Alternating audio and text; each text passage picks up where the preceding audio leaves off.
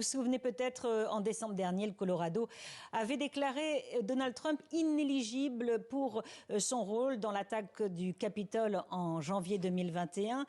Il ne pouvait pas briguer un second mandat, estimait le Colorado, puisqu'il avait appelé à l'insurrection. Alors il faut rappeler que Donald Trump n'a pas été jugé pour cette affaire. Du coup, l'ancien président américain avait saisi la Cour suprême. Et donc les 9 juges ont décidé que ce n'était pas à un État américain, il y en a 50 aux États-Unis, à ce niveau-là que cette décision pouvait être prise, mais au niveau fédéral, donc au niveau du Congrès.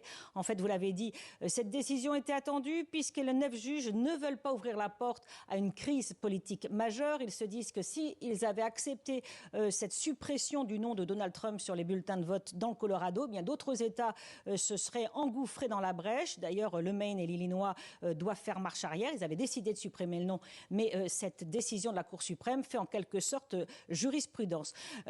Il y a aussi des États républicains qui auraient pu saisir, décider que Joe Biden serait inéligible. Donc ce serait vraiment la porte à la crise politique qui se serait engagée. C'est un grand jour, c'est une grande victoire pour l'Amérique, a d'ailleurs déclaré Donald Trump, qui est bien parti pour être le candidat des républicains à la présidentielle en novembre. Elisabeth Guedel en direct de New York. Merci Elisabeth.